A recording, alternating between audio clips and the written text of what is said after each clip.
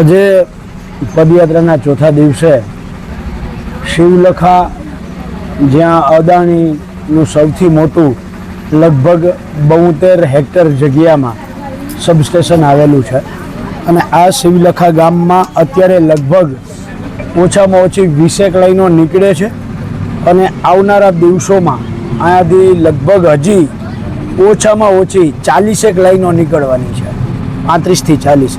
એટલે ટોટલ આ ગામમાં થઈ અને 60 થી 65 લાઈનો 220 કેવીથી ચાલુ કરી અને 800 કેવી, 1200 કેવી, 1600 કેવીની લાઈનો અહીંથી નીકળવાની શક્યતાઓ છે.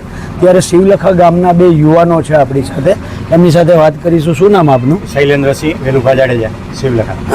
શૈલેન્દ્રસિંહ, અહીંયાથી પાવર ગ્રીડની, સ્ટરલાઇટની, અત્યારે રિલાયન્સની તમને બધાને નોટિસો આવી છે. આવનારા દિવસોમાં અદાણીની લાઈનો આવવાની છે, બીજી કંપનીઓની આવવાની છે. અગાઉ જે સ્ટરલાઇટની લાઈનો નીકળી છે કે પાવર ગ્રીડની લાઈનો નીકળી, તો એમાં ખેડૂતોને કેટલું અને શું વળતર આપ્યું? સ્ટરલાઇટ વાળાએ 9,000 રૂપિયા આપ્યા હતા કારના રનિંગ મીટરના. ઓકે. અને પાવર ગ્રીડે તો આજ દિવસ સુધી કાંઈ પેમેન્ટ કર્યું નથી. લાઈન એમની ચાલુ થઈ ગઈ છે.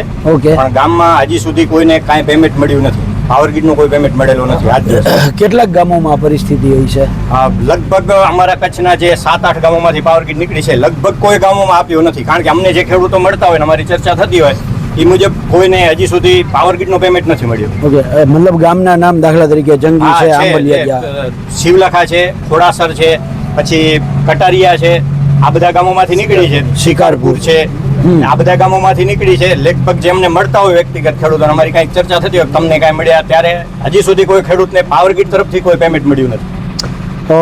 મને હમણાં કંઈ વાત થતી હતી, કોક એવું કહેતું તો ગામમાં જ અમુક ખેડૂતને પર મીટરના 100 રૂપિયા આપે છે, અમુક ખેડૂતને 20 રૂપિયા આપે છે, અમુકને 80. આવું કંઈ છે? એવું છે.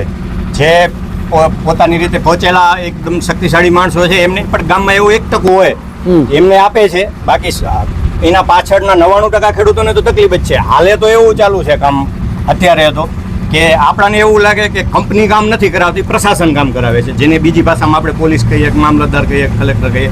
અને હમણાં જે અમારા ગામની અંદર અત્યારે 5 લાઈનોનું કામ ચાલુ છે. એક રિલાયન્સ, એના સિવાય નાની 200 કેવીની 3 લાઈન, 4 લાઈનોનું ચાલુ છે. તો એમાં તો કોઈ કલેક્ટરની નોટિસ આવવું, કોઈ કલેક્ટરની મિટિંગ થવી, કોઈ ગ્રામસભામાં મિટિંગ કરવી, કોઈ કંપનીનો ઓફિસર. આજે નાની લાઈનોમાં તો કોઈ ઓળખતા જ નથી કે એના કંપનીના સાહેબો કોણ છે. એક પોલીસવાળાને ઓળખે છે અને એ સ્થળ ઉપર જે કામ કરે છે કોન્ટ્રાક્ટર, એટલે નોટિસ જ નથી આપતા. નહીં, નોટિસ આપી જ નથી. એને જાહેરનામા એમાં નહીં, એવું અમને અમારા સુધી કોઈ વાત જ નથી. અમને તો ખ્યાલ ક્યારે આવે છે ભાઈ કે જ્યારે અમારા ખેતરમાં જીસીબી આવે, ખેડૂતના ખેતરમાં જીસીબી આવે ત્યારે અમને ખબર પડે. આપણે પૂછવા જઈએ ત્યારે આપણાથી કાંઈ વાત જ નથી કરતા. થોડી વાર થાય એટલે પોલીસનો ફોન આવે, પોલીસની ગાડી આવે, આપણને લઈ જાય. હું જઈને કહે કે આ તમારાથી અટકવાનું નથી, જાહેર રીતનું કામ છે ને આ કામ થવાનું છે. કદાચ 1-2 દિવસ ચર્ચા કરે.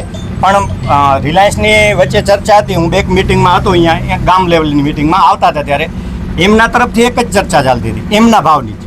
ગામ તરફથી નવો કોઈ પણ ડિમાન્ડ આવે એમના તરફથી આજ દિવસ સુધી એવું નથી થયું કે એ એવું કહે કે અમે 2200 રૂપિયા આપશું. તો એમણે ક્યારે 2250 નથી કરીને આવ્યા, 3 વખત આવ્યા ત્યારે. એના સિવાય ઉપરનો કોઈ પાવર ગ્રીડ વાળા પણ આવ્યા હતા 2 વખત. ક્યારે છે? જ્યારે કામ ચાલુ થઈ જાય પછી. ઓકે. પહેલાની લાઈનોમાં આવતી હતી નોટિસ અને કલેક્ટરમાં મિટિંગો થતી હતી. હમણાંની કોઈ લાઈનોમાં મારા જાણમાં નથી. કારણ કે મારા ખેતરમાં એ છે, તાર આવે છે, પણ મને કોઈ નોટિસ નથી આવી. શું નામ તમારું? મારું નામ જરૂભા નાગુભા જાડેજા. જરૂભા, આ જે ભાઈ હમણાં શૈલેન્દ્રસિંહે વાત કરી એવી રીતે કોઈ લાઈન નીકળતી હોય નોટિસો કે કંઈ આપે છે કે આપતા જ નથી? નોટિસ કોઈને જ યોજના આપી નથી ખેડૂતને. કોઈ નોટિસ નહીં? નાની લાઈનો જે આવે છે, નાની લાઈનની પણ નોટિસ કોઈને 66 કેવી, 128 કેવી, ક્યાંય નહીં. 400 કેવીની કોઈ નથી આવી. એમને લાઈનો ઊભી કરી દીધી. એમને લાઈન ઊભી થાય છે. તો ગામમાંથી કોઈ આરટીઆઈ કરી નાના જાહેરનામું માંગ્યું હોય, સીઆરસીનું લાઇસન્સ માંગ્યું હોય, આવું કોઈ મળતા જ નથી. સાહેબો આવે છે, કામ ચાલુ થાય છે, ત્યાં આવે છે, બાકી કોઈ કાંઈ વસ્તુ. ઓકે. મતલબ ડાયરેક્ટ જેસીબી લઈને જ આવી જાય? જેસીબી લઈને જ આવે છે. તો આમાં હું તો એવું માનું છું કે શિવલખા આખું ગામ સંગઠિત થઈ અને આનો, કારણ કે તમારે ત્યાં હજી હું એવું માનું છું ઓછામાં ઓછી 40 લાઈનો આવવાની છે.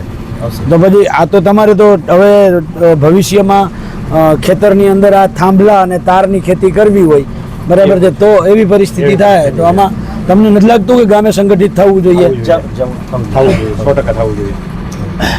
મિત્રો, આ શિવલખા એકની વાત નથી.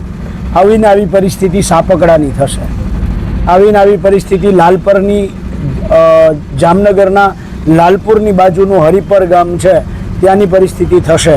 અને હમણાં ટૂંક સમયમાં દ્વારકા જિલ્લાના કલ્યાણપુર તાલુકાના ચૂર ચપ્પરેની આસપાસમાં આવડું એક મોટું સબસ્ટેશન બને એની પ્રક્રિયા ચાલુ થઈ ગઈ છે. એટલે આવા જે ગામો પસંદ થાય છે એ ગામોએ હું એવું માનું છું કે ખાલી થાંભલાની જ ખેતી કરવાની રહેશે. પણ દુઃખની વાત એ છે, શૈલેન્દ્રસિંહે જે રીતે વાત કરી એ રીતે, કે કલેક્ટરની નોટિસ જ નથી આવતી, જાહેરનામું એ નથી.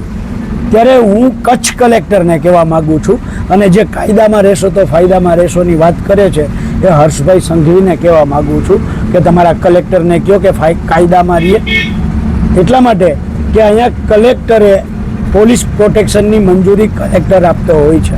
તો કલેક્ટરે જાહેરનામું ન હોય, CERCનું લાયસન્સ ન હોય, તો પછી શિવલખા ગામની અંદર પોલીસ પ્રોટેક્શન કેવી રીતે આપ્યું? ખેડૂતોને કોઈને નોટિસ નથી, કલેક્ટરે સાંભળવા બોલાવ્યા નથી, તો એમનેમ પોલીસ પ્રોટેક્શન કેવી રીતે આવ્યું? હર્ષભાઈ સંઘવી, તમારામાં તાકાત હોય તો આની તપાસ કરાવડાવો, અને જે કલેક્ટરોએ નોટિસ વગર, સાંભળ્યા વગર આ ગામની અંદર પોલીસ પ્રોટેક્શન મોકલ્યું છે એ કલેક્ટરને સસ્પેન્ડ કરો.